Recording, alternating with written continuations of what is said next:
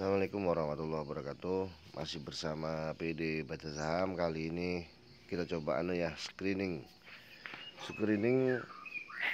cari saham-saham yang berada di level support terkuatnya atau kondisinya masih cenderung merah dari beberapa bulan. Kalau bisa 3 bulanan. Nah, 3 bulanan itu minusnya di kisaran 25%. Itu kira-kira begitu nanti.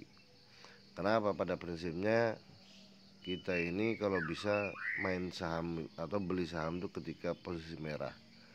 Karena setelah merah siklusnya itu pasti hijau. Setelah hijau, kuning, bis kuning, merah lagi. Begitu terus. Tapi tidak sembarangan ganti warna. Kita harus bisa perhatikan tentu fundamentalnya. Pertama. Yang kedua, tentu juga perhatikan strategi money manajemennya. Oke, kita cek langsung kebiasaan kami di PD Baca Saham ketika memperhatikan sebuah atau mencari sebuah saham yang patut untuk kita pertimbangkan beli. Dari step-stepnya Anda tiru boleh, nggak ditiru juga bisa. Oke, kita cek ya. Saya biasanya langsung ke mover di RTI bisnis. Movernya, losernya ini kita pilih loser ya tentu. Kalau gainers itu nanti buat kalau cek barang yang sudah kita beli. Tapi ini kita cari loser saja, kemudian setting harinya atau setting time waktunya itu dari 3 bulan. Anda perhatikan dari 3 bulan itu yang teratas HP 62%. Waduh, tinggi 3 bulan terakhir. Nah, dari saham-saham ini mana yang menjadi saham yang berada di watchlist Anda? Misalkan apa di sini ya? Saya punya watchlist ini enggak ya? Sebentar, Saratoga.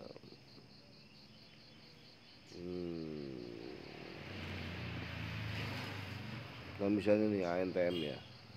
Ini merem saja udah tahu bahwa ANTM itu patut untuk dibeli. Kita cek ANTM.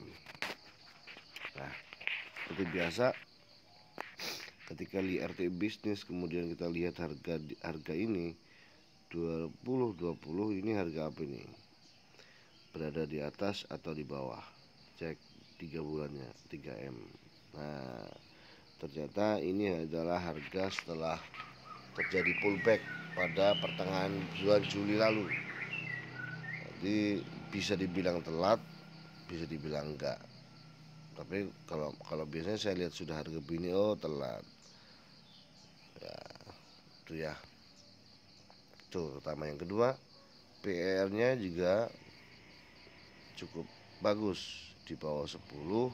Perusahaan sebaik ini 8,28, di market cap-nya gede juga 48,54 triliun. Itu menjadi daya tarik tersendiri pertama. Yang kedua, dari sininya saja sudah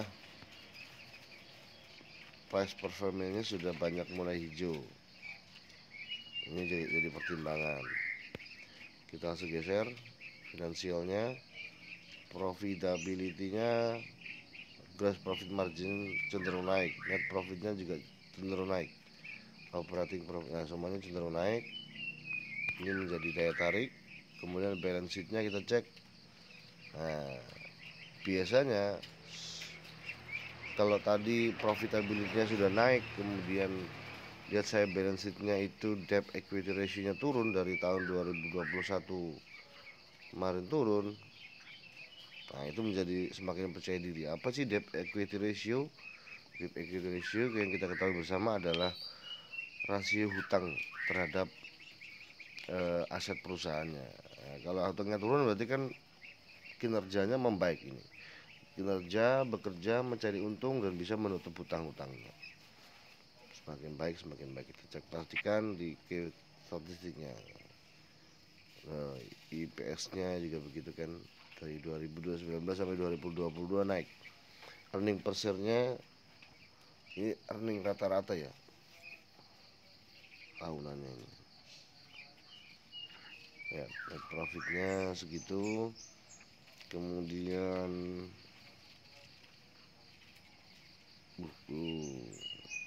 sudah ada dividen, masih ada dividennya seperti tadi. ROE nya begitu. Nah ini debt equity ratio nya sekarang 41,41% dari total aset, berarti tidak sampai 50% dari aset. Dengan kata lain, misalkan ini debt equity ratio nya itu sampai 100%, bahkan lebih 1000%, awas, hati-hati, Anda bisa kemakan berita-berita tidak benar mengenai emiten-emiten tertentu. Itu bisa dibuat untuk menjebak para retail membeli barang-barang yang tampaknya bagus tetapi debt equity ratio-nya di atas 100%. Itu patut dicurigai. Lagi, kalau sudah di situ, kita lihat IPO price-nya. IPO price-nya 1400. Harga sekarang sudah cukup tinggi. Kemarin terendah berapa kemarin? Kemarin hampir mendekati ya. Nah, itu biasanya kalau hampir mendekati IPO price, beli saja.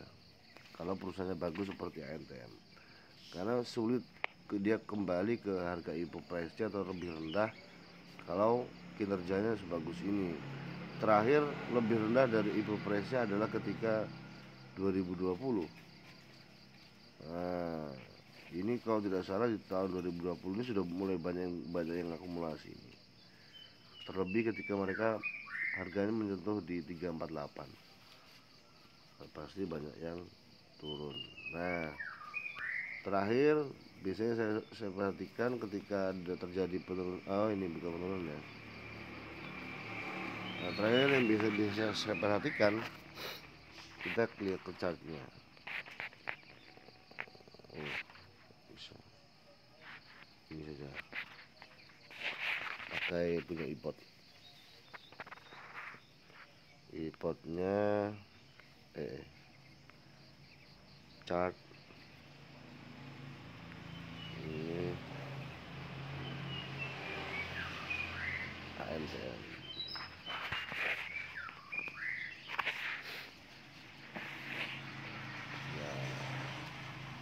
ANTM